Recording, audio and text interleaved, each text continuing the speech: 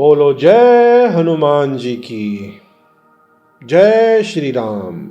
आइए अब समझते हैं 17वीं चौपाई। तुमरो मंत्र विभीषण माना, लंकेश्वर भय सब जग जाना। अब इसका शॉर्ट में मतलब समझते हैं कि हे हनुमान जी, आपकी सलाह, आपके उपदेशों को विभीषण जी ने पालन किया, उसको माना, जिसके कारण वो आगे चलकर लंका के राजा बने। और ये बात जो है वो सारा जग जानता है। तो आइए चलिए अब इसका वर्ड बाय वर्ड डिटेल में मतलब समझते हैं। तुमरो मंत्र विभीषण माना, कि हनुमान जी आपका जो मंत्र है, आपकी एडवाइस है, आपका परामर्श है, आपका जो स्पेल थी, आपकी जो मिस्टिकल फार्मूला था, आपकी वाणी का, आपका समझाने का, आपकी कंसल्टेंसी का, आपकी वाक शक्ति का, आपका जो सीक्रेट था, प्लान था, वो विभीषण ने माना।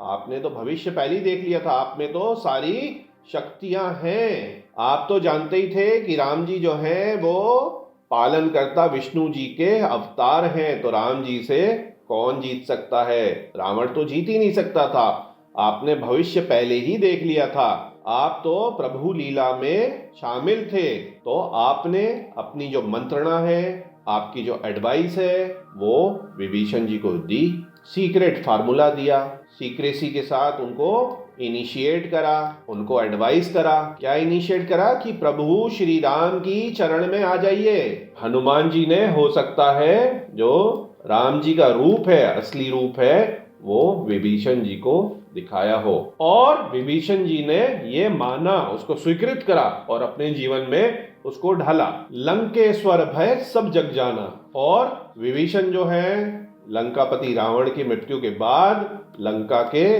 राजा बने, भय बने, सब जग मतलब दुनिया जाना। सारी दुनिया को पता ही है।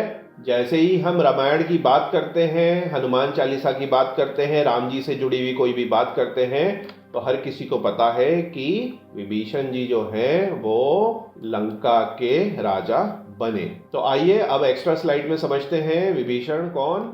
विभीषण आप सभी को पता ही होगा कि रावण के भाई थे, छोटे भाई थे, जो राक्षसी कैकसी और जो ऋषि थे हमारे विशर्वा, उनके पुत्र थे। और इसके अलावा कुंभकर्ण भी रावण का एक भाई था। विभीषण जी हुए तो एक राक्षस के रूप में पैदा थे, क्योंकि उनकी माँ एक राक्षसी थी और जो उनके पिता थे वो ऋषि थे।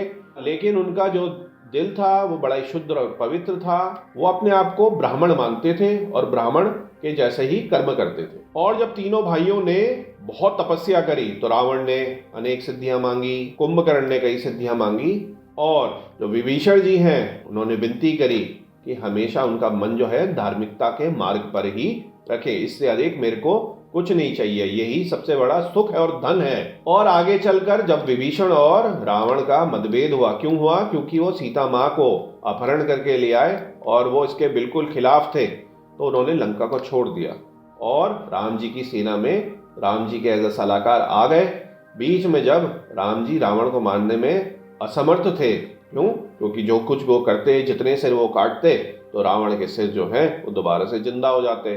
तो उन्होंने राम जी को रावण का रहस्य बताया कि रावण ने अपने पेट में अमृत जमा कर रखा है और बिना उसको सुखाए, बिना उस अमृत को हटाए रावण का कभी भी वध नहीं हो सकता। और इस सीक्रेट, इस ज्ञान के साथ पहले तीर मारकर अमृत को सुखाया, अमृत को गिराया, अमृत को खत्म करा, और उसके बाद रावण का वध हुआ। और राम जी ने रावण की मृत्यु के बाद पूरे सम्मान के साथ विभीषण जी को लंका का राजा नियुक्त करा। और जब राम जी अंत समय में अयोध्या छोड़ने वाले थे, सरयू नदी में समाधि लेने वाले थे, तो उन्होंने विष्णु जी का असली रूप धारण करा और विभीषण को कहा कि पृथ्वी में रहने वाले लोगों की सेवा करो, अपना रूप दिखाया।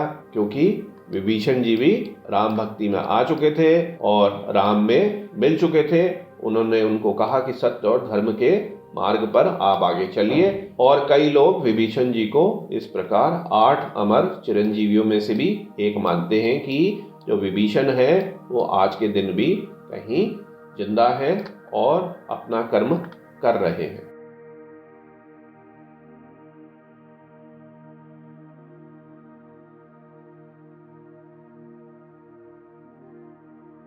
ओम ऐं ह्रीं हनुमते श्री राम दूताय नमः।